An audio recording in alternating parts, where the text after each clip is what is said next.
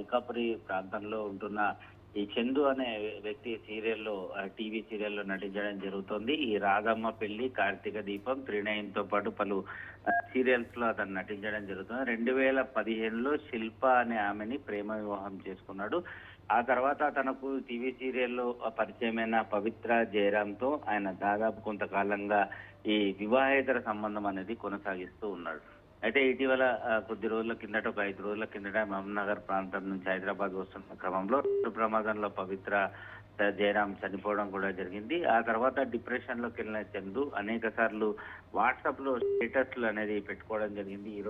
నిన్న ఇదైతే ఈ పవిత్ర జయరాం సంబంధించి ఆమె పుట్టినరోజు ఉండడంతో జిమ్ పిలుస్తున్నాడని, తనకు కూడా ఆ పవిత్ర దగ్గరికి వెళ్ళాలని ఈ విధంగా ఆయన వాట్సాప్ లో స్టేటస్లు అవన్నీ పెట్టుకుంటూ చాలా డిప్రెషన్ లో గురైన తర్వాత నిన్న ఉరి వేసుకొని ఆత్మహత్య చేసుకున్నాడు. విషయం తెలుసుకున్న కుటుంబ సభ్యులు పోలీసులకు సమాచారం అందించడంతో నార్సింగి పోలీసులు అక్కడికి చేరుకొని కేసు నమోదు చేసి దర్యాప్తు చేస్తున్నారు. స్వర్ణ కృష్ణ, అయితే మనం చూస్తూనే ఉన్నాము, ఆయన 4 రోజుల నుంచి గత 4-5 రోజులుగా మానసికంగా కుంగుబాటుతో ఉన్నట్లు ఆయన చాలా ఇంటర్వ్యూలో కూడా చెప్పారు. అయితే ఇప్పుడు ఆయన ఆత్మహత్య చేసుకోవడం బాధాకరం. ఇప్పుడు ఆయన అంత్యక్రియలు ఎప్పుడు జరిగే అవకాశాలు ఉన్నాయి?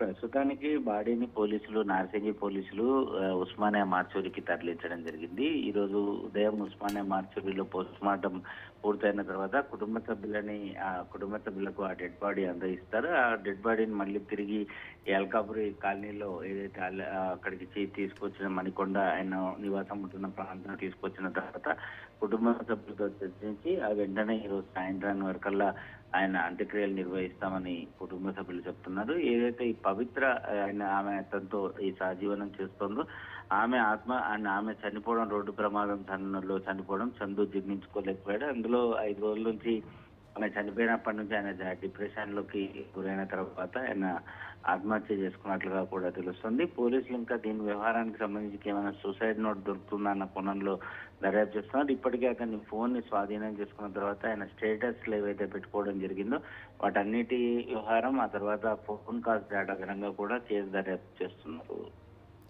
Right, thank you Krishna.